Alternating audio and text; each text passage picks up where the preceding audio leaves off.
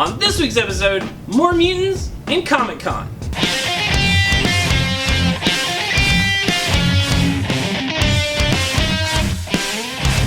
The X-Men relaunch continues, and my pick of the week, Powers of 10. This is another miniseries written by author Jonathan Hickman that accompanies last week's House of X. The two series will intertwine in a way that each new issue of one will alter your perspective on the last issue that you read of the other. This run explores the secret past of mutant kind and how it will change their future, all while revolving around the most pivotal point for mutants, the present. Hickman promises a lot more than just nostalgia and retcons as he shuffles through the X-Men's past adventures, and promises something that we've never read before. With some amazing artwork from R.B. Silva, this is another guaranteed hit. If it's not already on your pull list, add it now. And there's always something for every reader on the stands. A tradition is reborn with the Jordan family reunion in the Green Lantern Annual. Things take a turn for the bizarre, leaving Hal and crew on the front lines of an invasion from an impossible alternate reality. Also featuring a new sidekick and an appearance by the strangest lantern of them all, missing this one would be a space crime. For the Star Wars fans, be sure to get the Age of Resistance special. Featuring multiple tales with fan-favorite characters from the new trilogy, this one-shot is a can't miss. A young Holdo faces her first leadership situation that earned her fame among the fleet. Maz Kanata hires Han and Chewie to help her with a job like nothing they've ever seen. And a routine mission with Poe Dameron and BB-8, of course, turns into a wacky adventure. And a cult classic character gets a reboot with Death's Head number 1. The titular bounty hunting bot reactivates half-assembled in a punk rock show with no memory of how he got there. And now he's facing off against Wiccan and the Hulkling. Who knows where this miniseries will go from here. All these books, Jewett's Pick of the Week, and so much more, always released on Wednesdays. The Inner Geek Weekly is filmed on location at the Inner Geek Lexington location. Other locations, stock, and availability may vary.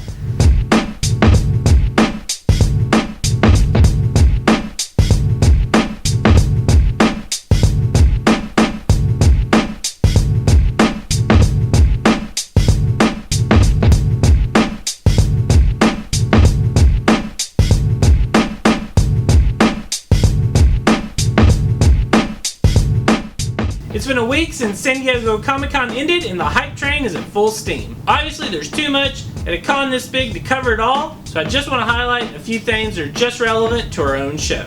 We've been telling you all about Jonathan Hickman's X-Men relaunch books, but they're both miniseries. They set up the new X era, and Comic-Con announced 5 new titles that pick up with the new X status quo.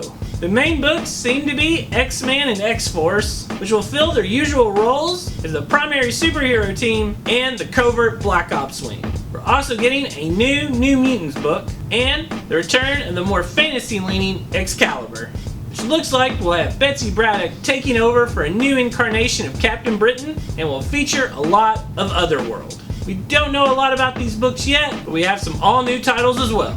The Marauders look like some sort of sci-fi pirate book led by Kitty Pryde, and Fallen Angels has the other Psylocke back in her classic costume alongside X-23 and Kid Cable. I'll have more information about these as the release gets closer.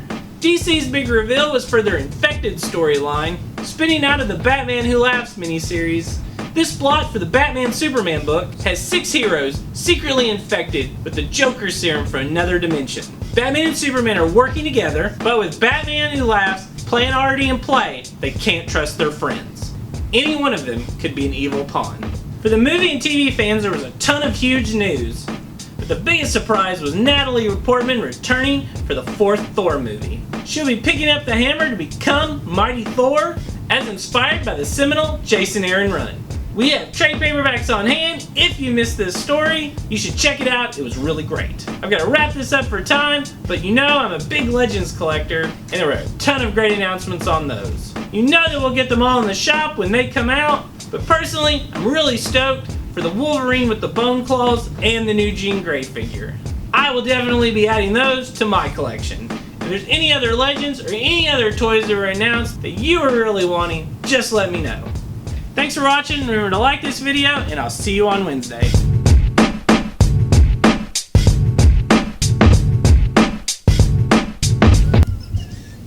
need some. You really need some Cap Wolf. Like, I really want to read how Captain America becomes a werewolf.